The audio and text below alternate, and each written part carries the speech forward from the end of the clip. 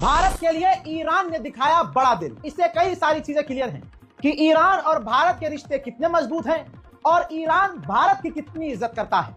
जंग के इस हाल में जब पूरा अपना ईरान ने एयर स्पेस बंद किया हुआ है, तवज्जो चाहूंगा, ध्यान दीजिए, ईरान ने अपना पूरा एयर स्पेस बंद किया हुआ है। जो विदेशी नागरिक वहां फंसे हुए हैं वो भी दूसरे देश आर्मीनिया किसी और रास्ते से किसी और देश के बॉर्डर को क्रॉस करके दूसरे देश से उड़ान भर के अपने वतन जा रहे हैं। भारत ने शुरुआत में ऐसा ही किया गया कि भारत के लोगों को आर्मीनिया ले जाया गया और वहां से दिल्ली फ्लाइट लाई गई। ठीक, अब मेरे दोस्तों आप जानिए कि भारत सरकार ने ईरान से कहा कि ऐसे तो हमें मुश्किल हो रही है, अगर आप सिर्फ हमारी फ्लाइट्स के लिए, हिंदुस्तान की फ्लाइट्स के लिए आप अपना एयर स्पेस खोल दें तो क्या ही मजा आ जाए। रिपोर्ट आपकी स्क्रीन पर। एक्सक्लूसिवली भारत के लिए ईरान ने अपना एयर स्पेस खोल दिया। तवज्जो है। अब इजराइल के पिछवाड़े में दम नहीं है कि भारत यानी हिंदुस्तान के पैसेंजर विमान पर हमला करे, या पूरे उस क्षेत्र में जिसमें कोई ऐसा माई का लाल नहीं है जो हिंदुस्तान के पैसेंजर विमान पर गलती से भी अटैक करे। ना हमास कर सकता है, ना फिलिस्तीन कर सकता है, ना इजिप्ट करेगा, ना जॉर्डन करेगा, ना इजराइल करेगा, ना ईरान करेगा, ना इराक करेगा। यहां तक कि कोई आतंकवादी भी भारत की उस फ्लाइट से 36 किलोमीटर दूरी रहेगा। दोस्तों, इस चीज से यह क्लियर है कि ईरान भारत की कितनी इज्जत करता है। लेकिन आइए अब गंदों की बात करते हैं। इनके बावजूद भारत में जो गंदी नस्लें हैं वो ईरान को कोसेगी, ईरान को गरियाएगी। क्यों? क्योंकि उन्होंने सिर्फ नफरत ही सीखी है, इसलिए बस मुसलमान होने पर गरियाते रहेंगे। इसके अलावा बड़ी खबर यह है कि इजराइल ने ईरान की तस्वीर देख के करमनशाह में जो हॉस्पिटल है वहां हमला किया है। छोटे बच्चे भी मारे गए हैं, सिविलियंस बुरी तरह से घायल हैं, कई लोग मारे गए हैं। ईरान के हमले के बाद ईरान ने तो तबाही मचाई है, लेकिन इजराइल भी लगातार हमले कर रहा है। अगली तस्वीर देखिए, मूसाद ने ईरान के लोगों को डराने के लिए, भगदड़ मचाने के लिए पहाड़ पर आग लगाई है। अब तक इजराइल 5 ईरान के बड़े बड़े अस्पतालों पर बमबारी कर चुका है। हजरत मोहतरम, वहीं यूएन की जो एनवॉय है अमेरिकी, वो यूएन में बयान दे रही थी ईरान के खिलाफ। कहना उनको ये था कि ईरान, लेकिन उनके मुंह से निकला इजराइल पूरे इलाके में तबाही मचा रहा है और चीखम चिल्ली मचा रखी है, बमबारी कर रहा है, हालात खराब कर रखा है, पूरे इलाके के लिए इजराइल खतरा है। फिर एकदम से याद आया, अरे ये तो मैंने सच बोल दिया। फिर एकदम नहीं, ईरान, फिर उसने करेक्ट किया। अब यह वीडियो पूरी दुनिया में वायरल है और अमेरिका का मजाक उड़ रहा है। जैसी शक्ल वैसी ही बात करिए। इसमें देखिए, Israel's government has also spread chaos, terror and suffering throughout the region. Iran's government has also spread chaos, terror and suffering throughout the region. उधर इजराइल पर बड़ा खुलासा किया है। ईरान के विदेश मंत्री ने कहा कि IAEA जो हमारे लिए रिपोर्ट जारी करता है, हमारे यहाँ जांच पड़ताल करके, उसका डेटा इस्तेमाल करके, उसकी मदद से, उसकी जानकारी इजराइल ने हासिल की। IAEA ने इजराइल की मदद की और उस डेटा के जरिए उसने हमारे सिविलियंस पर हमला किया, हमारे लोगों पर हमला किया, हम पर हमला किया। इजराइल ने साफ कहा है, मोमिनीन मेरे साथ मिलकर आइए। जूता बहुत महंगा पहनता हूं मैं, शौकीन हूं जूतों का। ये देखिए अनभक्तो, ये देखो, ये बटन है, ऐसे दबा के ऐसे घुमाते रहोगे तो ये जूता टाइट हो जाएगा। और जब आपको जूता उतारना हो तो बस आपको ये खींचना है, ठीक है, ये खींचे और ये आगे बाहर बटन है, अनलॉक हो जाएगा। इतने महंगे जूते से तुम्हारे मुंह पे आड़ भक्तो, अब जाके दुनिया में गाओ, रजा भाई के बहुत महंगे जूते से पिटे हो तुम। आइए, मजा आएगा। आप सभी की तरफ से इजराइल और आंड भक्तों को मैंने ये जूता मारा है। मेरे साथ आप समझ लीजिए कि आपने भी मार दिया, बहुत महंगा जूता मारा है, इस पे अकड़ के रहिएगा। दोस्तों, ये देखिए, इजराइल के नेताओं ने जो माना है, जो बयान दिया है, उसको इजराइल के ही सबसे बड़े अखबार ने छापा। इजराइल के ऑफिशियल ने कहा है कि हमने कोशिश की कि ईरान पर हमला करें और हमला करने के बाद ईरान के लोगों को भड़काएं और ईरान के अंदर अनस्टेबिलिटी यानी लोगों को और परेशान करें, पैनिक करें, वहां का माहौल खराब करें। यह हमारा एक जंग के रणनीति का हिस्सा था। हमने सोचा कि यह रिजीम पूरी हिल जाएगी, आयतुल्लाह खामनाई के खिलाफ लोग हो जाएंगे, लोग इजराइल के समर्थन में बोलेंगे, अपनी सरकार के खिलाफ बोलेंगे। लेकिन हमने देखा कि यह सब कुछ उल्टा हो गया। हमने देखा कि ईरान के अंदर माहौल खराब होने के बजाय माहौल और अच्छा हो गया। एकजुट हो गए लोग, सुप्रीम लीडर की एक आवाज पर अमल करने लगे लोग, और सुप्रीम लीडर ऑफ ईरान जो कह रहे हैं पूरे ईरान के लोग वो कर रहे हैं।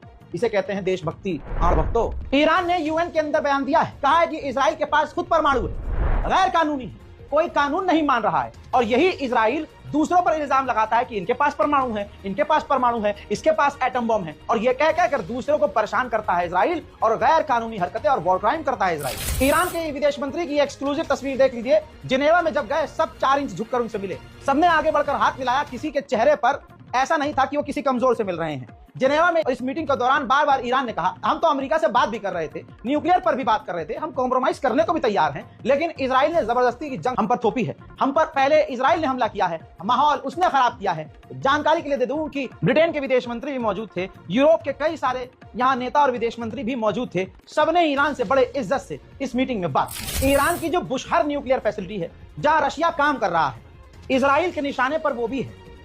अब आपको बता दूं कि IAEA से दुनिया जाकर पूछ रही थी कि भाई अगर इस सेंटर को ईरान के उड़ा दिया गया तो क्या यूरेनियम या परमाणु केमिकल फैलेगा जिससे पूरा देश सड़ सकता है, बीमारी फैल सकती है। जैसे रूस का एक पुराना कांड है चेरनोबिल, जिसमें वो गैस फैली थी और आज तक उस शहर में सिर्फ सब कुछ जला हुआ है, सिर्फ जहर है उस हवा में, सदियां बीत चुकी और आज भी वहां सिर्फ और सिर्फ तबाही के मंजर हैं। क्या ईरान ऐसा हो जाएगा? तो IAEA ने कहा हाँ। IAEA के चीफ ने कहा कि लोग हमसे सवाल कर रहे हैं, लोगों को टेंशन है, हमसे सवाल किया तो हमने जवाब दे दिया है कि अगर ईरान की परमाणु फैसिलिटी को उड़ाया गया तो यूरेनियम के साथ साथ कई खतरनाक गैस लीक हो सकती है, और ये कंफर्म है कि वो लीक होगी और दुनिया एक और दूसरा चेरनोबिल देखेगी, कई शहर तबाह होंगे। यानी अब आप देख लीजिए, अमेरिका और इजराइल अगर ईरान के परमाणु प्लांट को उड़ाते हैं तो फिर IAEA ने बता दिया कि क्या होगा। और अगर ऐसा किया जाता तो इसका मतलब यह हुआ कि ईरान का पूरा जेनोसाइड करने वाला पूरी दुनिया के सामने यह अमेरिका और इजराइल होगा। जुमे के बाद ईरान ने अल्लाह का नाम लेकर इजराइल पर जो हमले किए वो मैं आपको दिखा चुका हूं। क्या ही तबाही मची है वो सब आपने देखा। मोहतरम हजरात, जुमे की नमाज के बाद पूरा दिन गुजर गया और रात हो गई। ईरान के शेर लोगों ने बिल का रुख नहीं किया यहूदियों की तरफ, बंकर का रुख नहीं किया, बल्कि सारा दिन अपनी गवर्नमेंट के सपोर्ट में प्रदर्शन करते हुए नजर आए।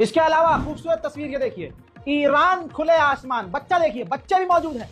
मतलब ईरान का बच्चा भी इजराइल के बम से नहीं डरता। जहां आले यहूद, जहां यहूदी इजराइली बंकर के अंदर छुपे हुए हैं, ईरान का बच्चा खुले आसमान के नीचे है। आसमान में इजराइल के ड्रोन देख रहे होंगे कि हमारे देश के झंडे पर चढ़ते हुए हमारी इज्जत पर थूक रहे हैं ईरानी। उनके बच्चे भी नहीं डरते हमारी बमबारी से। यह पैगाम इजराइल को ईरान के लोगों ने दे दिया। वहीं मेरे दोस्तों, अगली रिपोर्ट देखिए। अमेरिका इजराइल अब खुद अपनी ही पीठ पर चाबुक मार रहे हैं। अब अमेरिकी इंटेलिजेंस ने कहा है कि ईरान ने अभी भी नहीं सोचा कि वो परमाणु बनाएगा कि नहीं बनाएगा।